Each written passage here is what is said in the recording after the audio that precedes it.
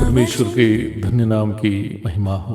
प्रभात मनन के सत्र 29 में आप सभी का बड़े प्रेम के साथ स्वागत करता हूं। आइए आज के मनन के लिए एक और बार हम प्रकाशित वाक्य 12:3 को पढ़ते हैं। एक और चिन्ह स्वर्ग में दिखाई दिया और देखो एक बड़ा लाल अजगर था जिसके 7 सिर और 10 सींग थे और उसके सिरों पर 7 राज मुकुट थे। हमारे कल के मनन में हम ये देखे थे कि अजगर के 10 सींग रोम साम्राज्य को अथवा रोमन एम्पायर को सूचित करते हैं। अभी भी एक महत्वपूर्ण सवाल का उत्तर जानना जरूरी है।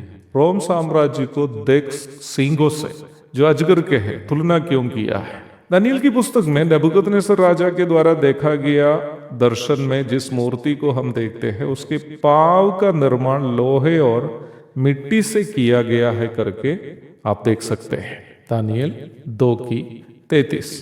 इसका अर्थ दानियल भविष्यद्वक्ता राजा नबूकदनेस्सर को समझाते हुए हम अध्याय 2:40 से 45 तक के पदों में पढ़ते हैं। आप उन पदों पर ध्यान दीजिएगा। पद 40 मैं आपके लिए पढ़ता हूं। चौथा राज्य लोहे के तुल्य मजबूत होगा। लोहे से तो सब वस्तुएं चूर चूर हो जाती और पिस जाती है, इसलिए जिस भांति लोहे से वे सब कुचली जाती है उसी भांति उस चौथे राज्य से सब कुछ चूर चूर होकर पिस जाएगा।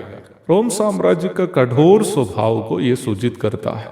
रोम युद्ध करके अन्य देशों को कब्जा करने और वहां के लोगों को गुलाम बनाने में अन्य साम्राज्यों की तुलना में अधिक तत्पर थे।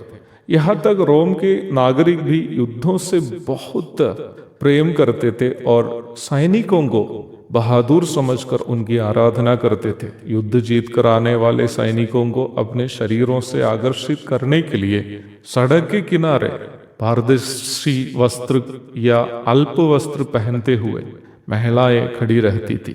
पौलुस तीमुथियुस को अपनी पहली पत्री भेजते समय कलीसिया के बहनों को समझाने के लिए कहते हैं, वैसे ही स्त्रियां भी संकोच और संयम के साथ सुहावने वस्त्रों से अपने आप को संवारे, न कि बाल गूंथने और सोने और मोतियों और बहुमोल कपड़ों से, पर भले कामों से, क्योंकि परमेश्वर की भक्ति करने वाली स्त्रियों को यही उचित है।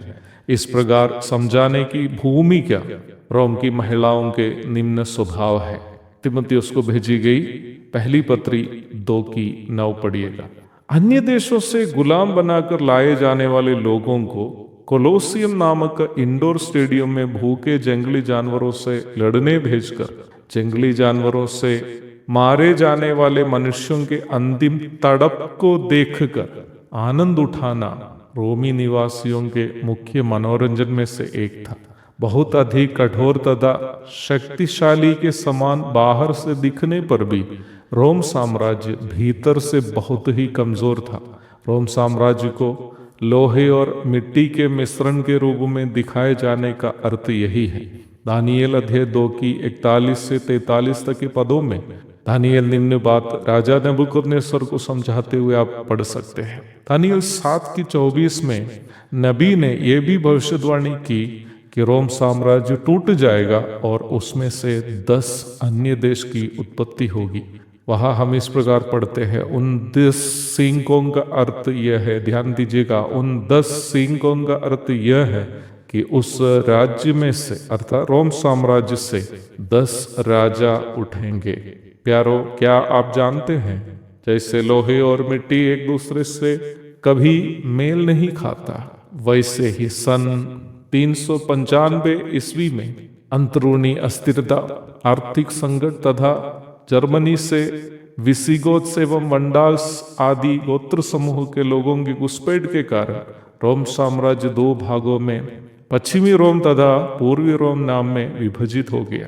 उसमें से पश्चिमी रोम पुनः सन 476 ईस्वी में 10 अलग अलग देश के रूप में विभाजित हो गया। आपकी जानकारी के लिए उन 10 देशों के पूर्व के नाम और वर्तमान कालीन पहचान बताना चाहता हूँ। अवश्य याद रखिए, रोम साम्राज्य दो भाग में बंटने के बाद पश्चिमी रोम विभाजित बने हुए 10 राज्यों के पूर्व के नाम और वर्तमान कालीन पहचान आपको बता रहा हूँ।